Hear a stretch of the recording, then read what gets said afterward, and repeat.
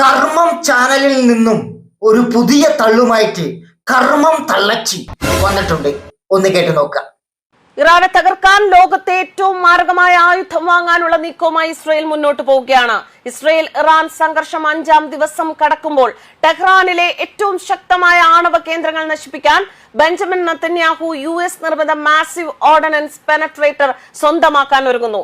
Israel നിരവധി Iranian ആണവ കേന്ദ്രങ്ങൾ ലക്ഷ്യമിട്ടിട്ടുണ്ട്.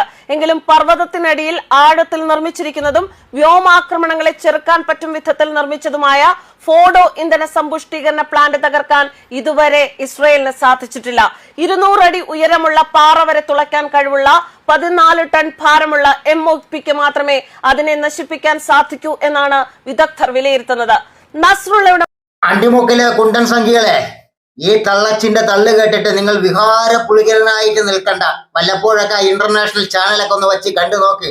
അതിലറിയും സത്യസന്ധമായ കാര്യങ്ങൾ എന്താണ് ഇസ്രായേലിൽ നടക്കണമെന്ന്. എന്റെ പൊന്നാര തള്ളച്ച്, വല്ലപ്പോഴും നീയും ആ ഇന്റർനാഷണൽ ചാനലൊക്കെ ഒന്ന് കണ്ടു നോക്ക്.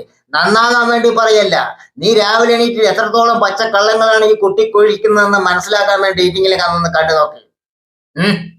രാവിലെ എണീറ്റ് ഒരു ചുറുതാരം തള്ളിക്കയറ്റി മുഖത്തൊരു കണ്ണാടിയും ഫിറ്റ് ചെയ്തിട്ട് കർമ്മം പറഞ്ഞ ഒരു ചാനലിൽ ഒന്ന് കുത്തിയിരുന്നിട്ട് ഇങ്ങനെ കളവ് പറയാൻ, ഇതിനൊക്കെ നിനക്ക് ദൂസക്കൂലിയാണോ മാസ ശമ്പളമാണോ കിട്ടുന്നത്?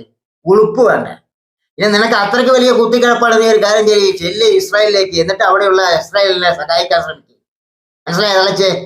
എന്നാലും വായു പൊളിച്ച ഇങ്ങനെ നുണ പറയാ. വല്ലാത്ത ജമ്മുടെ അതൊക്കെ.